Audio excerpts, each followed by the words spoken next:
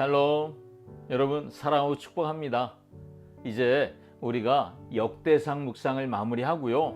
이제 대략 한 달간 요한계시록 묵상을 시작하게 됩니다.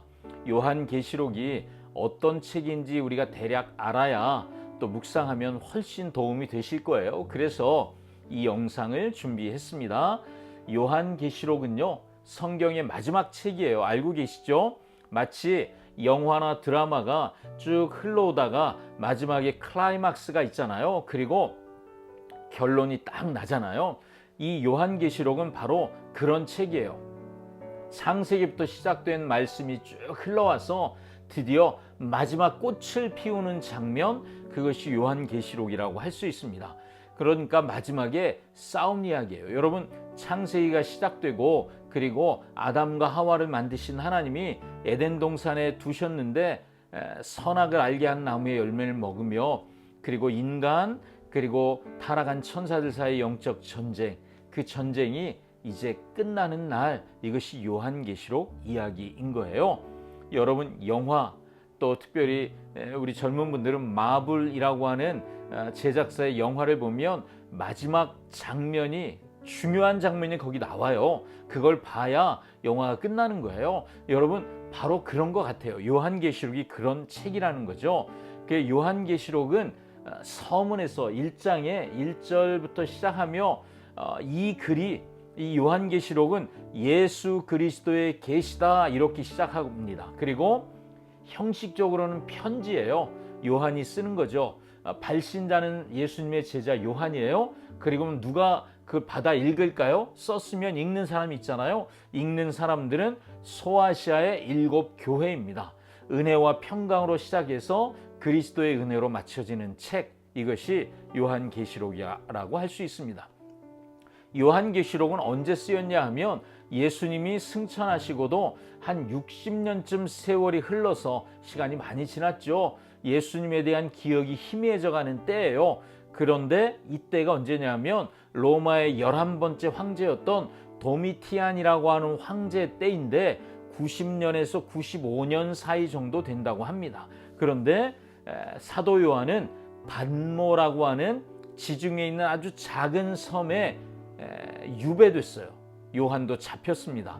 그리고 그때가 로마 제국의 역사상 예수 믿는 사람들이 가장 심하게 핍박을 받던 때였습니다. 요한은 감옥 같은 섬에서 이 편지를 썼습니다. 그러니까 요한이 어떤 마음으로 썼냐 하면 마치 비밀 메시지를 보내는 스파이처럼 하나님의 메시지를 암호로 보낸 거예요. 여러분, 요한계시록이 어려운 이유는 이게 암호예요. 다른 말로는 상징이라고 하는데 암호 같은 거예요.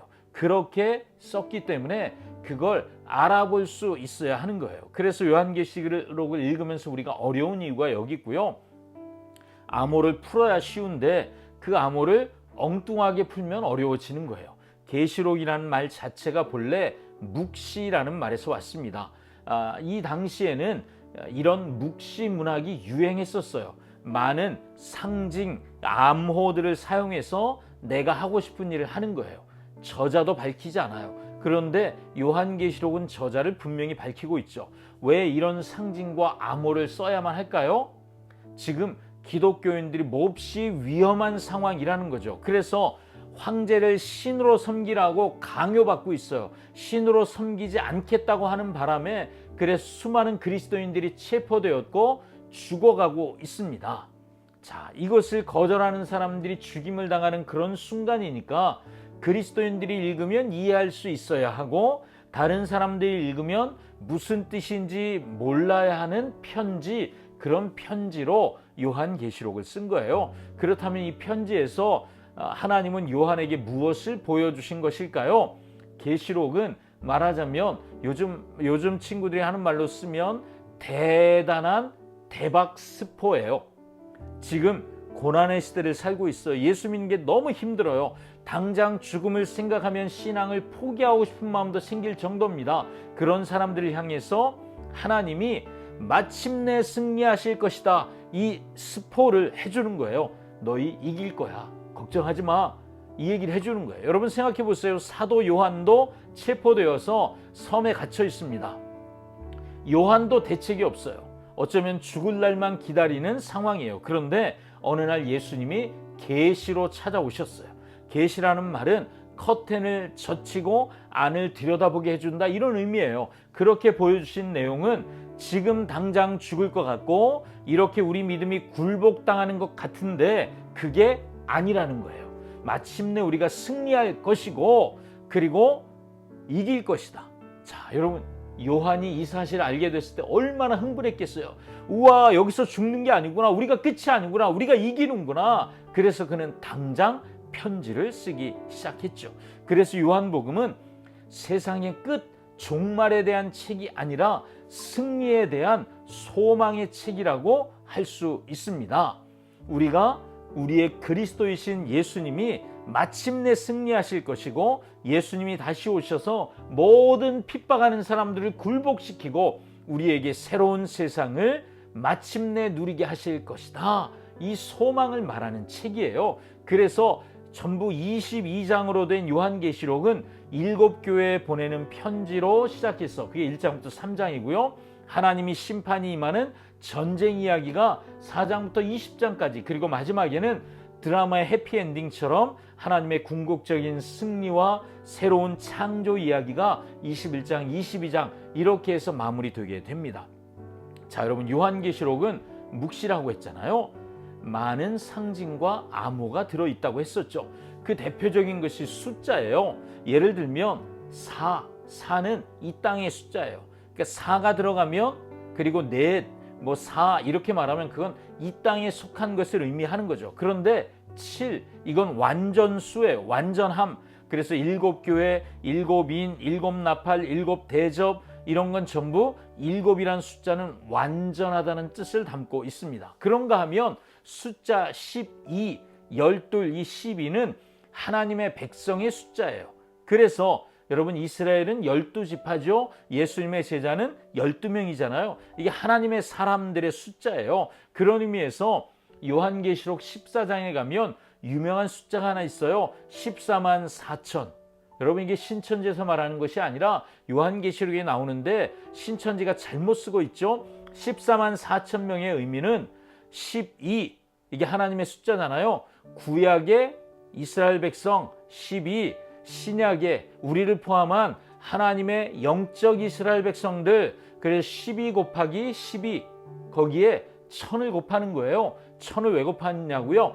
1000, 1000, 이 1000이라고 하는 숫자는 가장 많은 것을 의미합니다. 그러니까 12 곱하기 12 곱하기 1000, 그러면 14만 4천이 나와요. 그러니까 14만 4천이란 딱 14만 4천 명만 구원받는다는 의미가 아니라 이건 무엇을 의미하냐면 셀 수 없을 만큼 많다, 이걸 의미해요. 하나님은 셀 수 없을 만큼 많은 사람들을 구원하시는 분이십니다. 바벨론이라고 하는 단어는 로마 제국을 의미합니다. 결국 바벨론의 멸망은 로마 제국의 멸망을 말하는 거죠. 그러니까 지금 로마 제국이 아직 시퍼렇게 살아있는데 로마 제국은 망할 것입니다, 이걸 말하고 있으니까 이게 은밀하게 말해야 하는 거죠. 현대를 사는 우리들에게는 익숙하지 않은 이 상징적 표현들이 많아요. 그래서 해석이 어려울 수 있습니다. 그런데 여러분, 우리가 따라가면 돼요.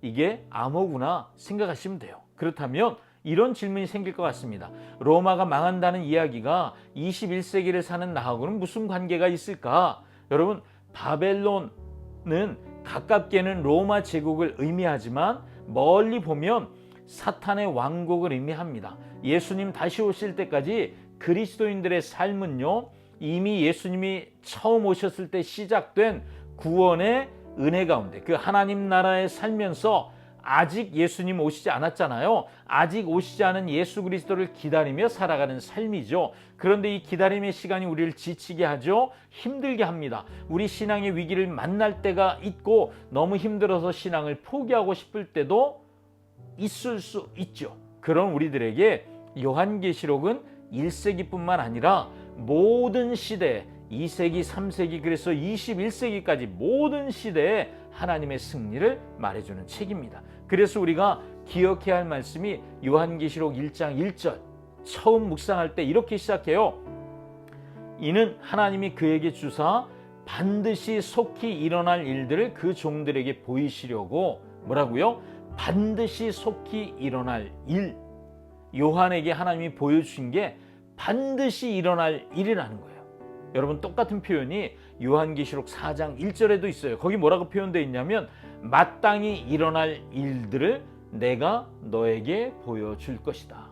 마땅히 일어날 일, 지금 당연히 반드시 일어날 그 일이란 얘기죠. 그러므로 우리는 요한계시록을 묵상하면서 이해하기 어렵고 읽어도 뭔 말인지 모르는 책을 묵상하는 것이 아니라 반드시 일어날 것, 마땅히 일어날 하나님의 승리.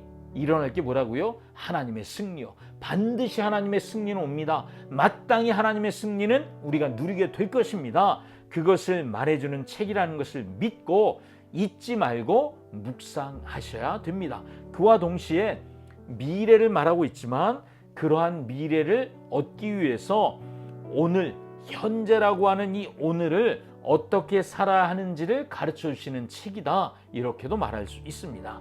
계시록은 심판의 경고인 동시에 그리스도인들에게 고난 중에도 소망을, 예수 그리스도를 향한 소망을 품고 예수님의 제자로 살아갈 것을 가르치는 귀한 책이다, 이렇게 말씀드릴 수 있습니다. 여러분, 요한계시록 묵상 기대되지 않으세요?